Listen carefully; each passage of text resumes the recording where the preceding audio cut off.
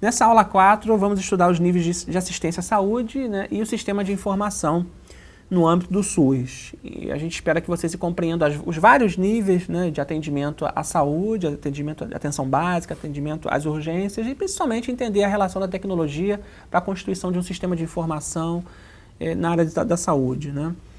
A gente tem algumas atividades propostas e convido vocês a entrarem nessa aula com a gente. Bom, nessa aula 4, que encerra o nosso módulo, né, de organizações sociais, vocês vão perceber no nosso material que trata dos níveis de assistência à saúde e também do sistema de informação de saúde, né? É uma leitura mais técnica, é uma leitura mais específica da área da saúde, não que as outras não sejam, mas nas outras a gente tem discussões mais gerais do que é organização social, o que são sindicatos, cooperativas, etc., atenção à saúde, né? Mas essa aula 4 acho que é importante para vocês entenderem que existem vários programas dentro do SUS, do Sistema Único de Saúde, e que esses programas são diferenciados, né? Acho que caberia depois tentar entender um pouco mais cada um desses programas. Mas, por exemplo, a gente pode dar alguns exemplos que eu acho que são interessantes. Programa de atenção básica à saúde, né? Programa de atenção às urgências. Então, a gente tem, dentro dos recursos, do bolo, entre aspas, assim, dos recursos públicos voltados para a saúde, programas específicos para tentar dar conta dessa questão da saúde coletiva, enfim. Então, no nosso material, vocês podem reparar aí no primeiro texto, diz o seguinte: o que é, na verdade, o que são esses níveis de assistência à saúde, né? Então, logo no início do nosso texto 1, é tudo que envolve o cuidado com a saúde do ser humano, incluindo as ações e serviços de promoção, prevenção, reabilitação e tratamento de doenças. Então, acho que isso que é importante da gente compreender. Esses níveis de assistência à saúde são variados porque a função da saúde não é só medicar, né? A função da saúde também é promover, é prevenir, é tratar, reabilitar. Então a gente tem várias ações dentro desse papel da saúde e só entendendo, estudando um pouco mais sobre a saúde coletiva, sobre a saúde no nosso país, a gente enxerga o quanto de recurso precisa ser investido, né? E daí a importância, volto a essa questão mais uma vez, da gente ter uma visão sobre o que é prevenção e qual o papel da prevenção no nosso dia a dia.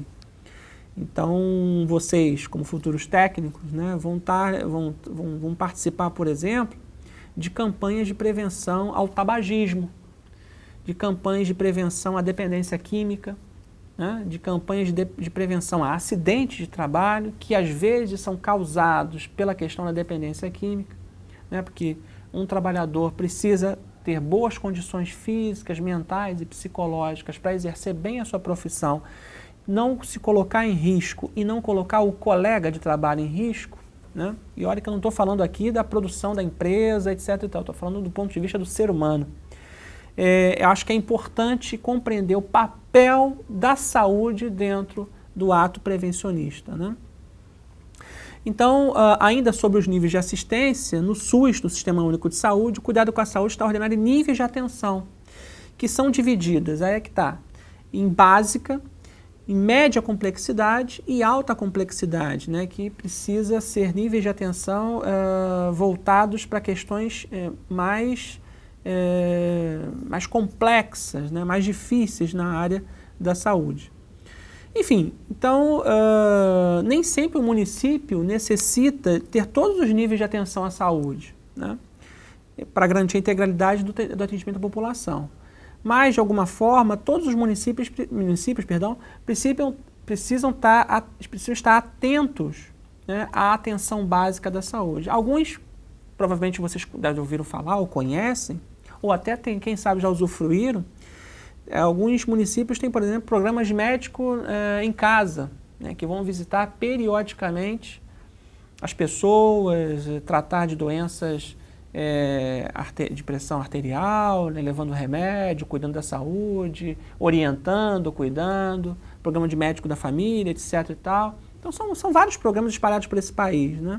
Então são programas que visam meio que cuidar, né, em loco, evitando, por exemplo, as filas, evitando, por exemplo, as marcações intermináveis de consultas que existem nos postos de saúde e nos hospitais, né?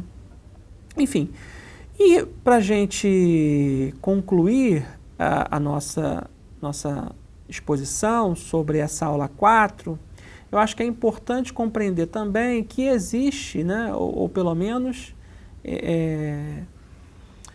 existe a necessidade de se conhecer mais o paciente. Ou vamos colocar assim, é preciso conhecer mais o usuário do serviço de saúde, que somos todos nós, né? Seja você tendo um plano privado de saúde, seja você utilizando os recursos do SUS, né, que é o Sistema Único de Saúde. O que acontece é que é preciso ter mais informações sobre a pessoa que está sendo atendida, um histórico, né? Mais ou menos aquilo que o médico procura fazer, ou pelo menos os bons médicos procuram fazer quando você vai numa consulta pela primeira vez. Criar uma ficha, criar, né, um histórico. E aí existe então esses sistemas de informação que visam otimizar, que visam dar confiança nos dados, até para que você faça grandes pesquisas em torno de uma comunidade, dentro de um município, por exemplo. E aí eu acho que a gente deve pensar também no nosso papel, né, principalmente vocês, no caso, futuros aí, técnicos de segurança do trabalho, pensar também na possibilidade de pelo menos estarem atentos a essa ideia do sistema de informação no ambiente de trabalho nos quais vocês serão inseridos, né, ou seja, no mundo do trabalho. Procurar entender que tipo de profissão vocês vão estar lidando, que tipo de ocupações profissionais, ou seja, que sistema de informação pode ser criado para ter informações sobre o operário que eu estou trabalhando, enfim, então, que campanhas são mais viáveis, em que momento isso é mais viável. O que eu estou tentando dizer aqui é que é importante para o técnico de segurança do trabalho, para ter um bom sistema de informação, conhecer o seu ambiente de trabalho. Conhecer um pouco mais das pessoas, conhecer um pouco mais do trabalho, conhecer um pouco mais das possibilidades, por que eu estou dizendo isso? Para que as ações que sejam pensadas e depois implementadas e executadas sejam bem-sucedidas, já que você fez um estudo prévio, né? Enfim, então, finalmente, esse texto 3 da aula 4, dessa nossa aula 4, que trata da tecnologia da informação na saúde, eu acho que é interessante para que vocês vejam o papel da tecnologia, né? A gente está falando aqui para vocês, usando toda uma tecnologia, todo um aparato, para que a gente possa dialogar, para que a gente possa estar próximo, né, da informação, ajudar vocês no entendimento dessas aulas e entender que a tecnologia é fundamental também dentro do papel de cuidar da saúde ou de prevenir acidente de trabalho, enfim, de alguma forma está lidando com o trabalhador na área de saúde. Dessa forma, né, a segurança, não só do trabalhador, mas a segurança da sociedade, de alguma forma depende dos bons usos que vamos fazer com essas informações, com esse banco de dados, com a tecnologia que a gente vai empregar para fazer isso, né? De qualquer forma, esse tipo de sistema de informação precisa ser sempre pensado com os fins que vão ser feitos, né? Ou seja, o que eu estou querendo dizer é o seguinte, que essas informações muitas das vezes são informações pessoais, são informações individuais, mas que precisam serem utilizadas ou serem resguardadas para um bem coletivo, para um bem comum. Como eu falei aqui em outras aulas, né, o papel do técnico de segurança do trabalho é amplo, né, e cabe a vocês entenderem um pouco mais, não só dos conhecimentos que a gente apresenta nessas aulas, mas buscar sempre mais informações, enfim, entender um pouco mais desse universo que é grande, que é o da segurança do trabalho.